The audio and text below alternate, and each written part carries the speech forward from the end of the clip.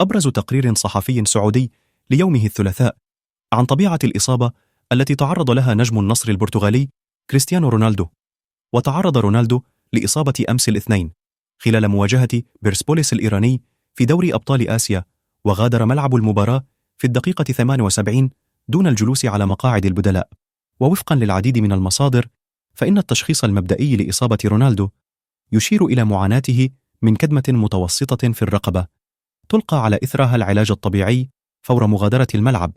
ويعيش جمهور النصر نوعا من القلق، لأن إصابة كريستيانو رونالدو تأتي قبل مواجهة الهلال في ديربي الرياض المقرر له يوم الجمعة المقبل ضمن منافسات الجولة 15 من دوري روشن السعودي للمحترفين. وتجدر الإشارة أن النصر تعادل دون أهداف مع بيرسبوليس الإيراني في الجولة الخامسة من دور المجموعات لدوري أبطال آسيا ليضمن التأهل إلى ثمن النهائي. السلام عليكم، لا تنسوا الإعجاب بالفيديو والاشتراك في القناة تشجيعا لنا لنستمر بنشر المزيد إن شاء الله.